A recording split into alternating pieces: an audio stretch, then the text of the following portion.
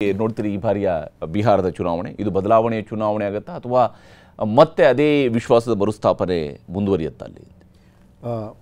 ಈಗ ನೋಡಿದರೆ ಸ್ವಲ್ಪ ಡಿಫಿಕಲ್ಟ್ ಟು ಸೇ ಇದ್ರ ಬಗ್ಗೆ. ಯಾಕೆಂದರೆ ಇಲ್ಲಿ ಎರಡು ಮೈತ್ರಿಕೂಟಗಳಿದೆ.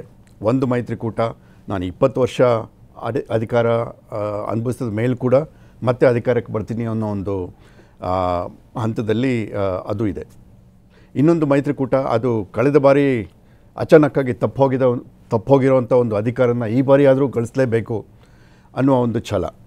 ಮತ್ತು ಇವೆರಡರ ಮಧ್ಯದಲ್ಲಿ ಇರುವ ಒಂದು 2 ವರ್ಷದ ಹಿಂದೆ ಸ್ಥಾಪಿತವಾದ ಜನ್ ಸ್ವರಾಜ್ ಪಾರ್ಟಿ, ಅದು ಏಕಾಂಗಿಯಾಗಿ ಸ್ಪರ್ಧೆ ಮಾಡ್ತಿದ್ದಾರೆ ಪ್ರಶಾಂತ್ ಕಿಶೋರ್ ಅವರು. ಸೊ ಇವು ಮೂರರ ಮಧ್ಯದಲ್ಲಿ ಇರುವಂಥ ಪೈಪೋಟಿ. ಇದರಲ್ಲಿ ನಾವು ನೋಡಿದ್ದೀವಿ, ಇಲ್ಲಿ ನೀವು ಹೇಳಿದ್ರಿ ಪ್ರಚಾರದ ಅಬ್ಬರ ಅಂತ. ಪ್ರಚಾರದ ಅಬ್ಬರದ ಜೊತೆಗೆ ಅಲ್ಲಿಯ ಒಂದು ಗ್ಯಾರಂಟಿ ಅಥವಾ ಈ ಭರಾಟೆಗಳೇನಿದೆ, ಆಶ್ವಾಸನೆಗಳ ಭರಾಟೆ, ಇದು ಯಾವ ಪಕ್ಷನೂ ಇದಕ್ಕೆ ಹಿಂದೆ ಬಿದ್ದಿಲ್ಲ.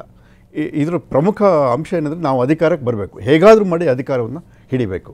ಅದು RJD ಆಗಿರ್ಬೋದು ಅಥವಾ BJP ಆಗಿರ್ಬೋದು, JDU ಆಗಿರ್ಬೋದು, ಇವು ಯಾವುದೇ ಪಾರ್ಟಿ ಆಗಲಿ ಅವರು ಅಧಿಕಾರನ ಈ ಗ್ಯಾರಂಟಿಗಳ ಮೂಲಕ ಅಥವಾ ಈ ಸ್ಕೀಮ್ಗಳ ಮೂಲಕ ಪಡಿಬೇಕು ಅನ್ನೋ ಒಂದು.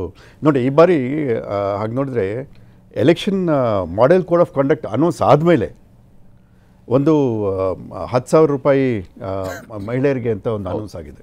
ಅದನ್ನು ಚುನಾವಣಾ ಆಯೋಗ ಕೂಡ ಕ್ವಶನ್ ಮಾಡಲಿಲ್ಲ. ಸೊ ಇಂಥ ಒಂದು ಪರಿಸ್ಥಿತಿನಲ್ಲಿ ಈಗ ಪ್ರಶಾಂತ್ ಕಿಶೋರ್ ಕೂಡ ಹೊರಟಿದ್ದಾರೆ, ನಾನು ಅಧಿಕಾರಕ್ಕೆ ಬರ್ತೀನಿ ಅಂತ. ಆದರೆ ಎಷ್ಟು ಮಟ್ಟಿಗೆ ಅದು ಸಫಲ ಆಗತ್ತೆ ಅಂತ ನಾವು ನೋಡಬೇಕಾಗಿದೆ. ಇದೆಲ್ಲರ ಮಧ್ಯೆ ತಮಾಷೆ ಮಾಡ್ತಾ ಇದ್ದಾರೆ ಸೋಷಿಯಲ್ ಮೀಡಿಯಾದಲ್ಲಂತೂ ಅವರು ಅಧಿಕಾರಕ್ಕೆ ಬರ್ತಾ ಇದ್ದಾರೆ. ಹೌದೌದು, ಅವರು elite party, urban oriented party, social media prop up ಮಾಡಿರೋದು ಅಂತ ಎಲ್ಲ ಬಿಂಬಿಸ್ತಾ ಇದ್ದಾರೆ. ಅವರು ಕೂಡ ತುಂಬ ಕಾನ್ಫಿಡೆಂಟ್ ಆಗಿ ಇದ್ದಾರೆ. ಇಲ್ಲ ಅಂದರೆ ವೋಟ್ ಕಟಾವು ಅನ್ನುವಂಥದ್ದೊಂದು ಅವರು ವೋಟ್ ಕಟಾವು ಇಲ್ಲಿ ಆಗುತ್ತಾ? ಹೌದು, ಯಾರು ವೋಟನ್ನು ತೆಗಿತಾರೆ ಅದು ಕೂಡ ಇಂಪಾರ್ಟೆಂಟ್. ಯಾಕಂದರೆ ಯಾರು ವೋಟನ್ನು ತೆಗಿತಾರೆ ಬಹುಶಃ ಅವರಿಗೆ ಸ್ವಲ್ಪ ಹಿನ್ನಡೆ ಆಗತ್ತೆ ಅನ್ನೋ ಒಂದು ಅಂಶನೂ ಇಲ್ಲಿ ನೋಡಬೇಕಾಗಿದೆ.